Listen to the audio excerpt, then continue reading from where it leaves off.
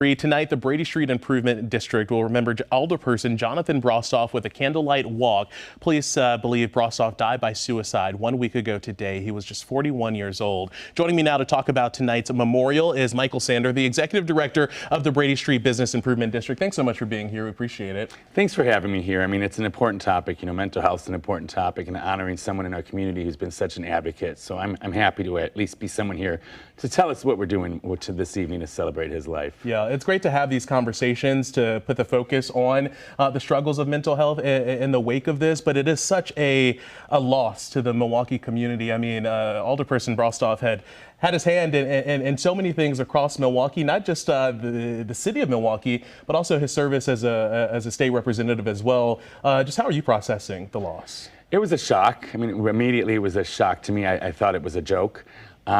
It was a huge loss. I just had lunch with him the Friday before. You know, he was someone, I have to say, I credit myself in my position. He was always available at weekends, weekdays.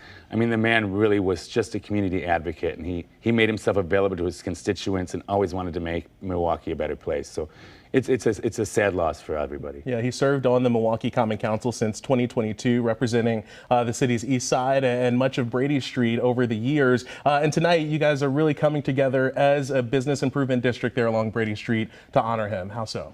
We are hosting a candlelight vigil. We're all going to come together at the Roman Coin, which is on Astor and Brady Street, around 5 p.m. It's a place to gather, have some reflection, and then we're going to pass out candles and silently walk down the street around 6. So we invite everybody in the community, anyone who has had an impact on, anyone who wants to celebrate his life, to join us in this event. And that starts up at 6, and we'll do a silent walk. It'll be short. I mean, it's chilly out, but again, it's just to honor his legacy.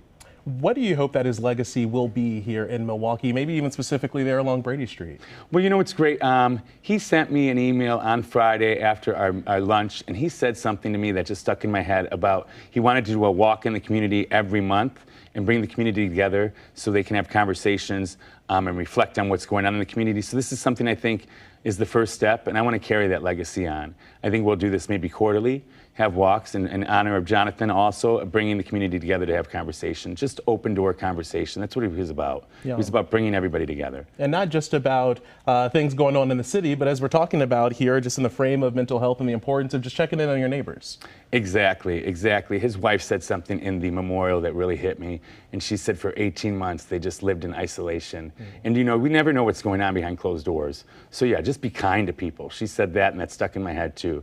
Be kind, realize how you're speaking to somebody. I think that goes a long way. Yeah, everybody's got something, and everybody's fighting a battle that no one knows about, so kindness goes a long way. Michael, thank you so much for being here and for what you're doing and organizing along Brady Street tonight to honor Alderperson Brostoff. We appreciate it. Again, the memorial walk is happening tonight. It starts at the Roman Coin Bar at Astor and Brady. They're going to be meeting at 5, and then starting the walk at 6, the group will walk with candles along Brady Street to Farwell Avenue.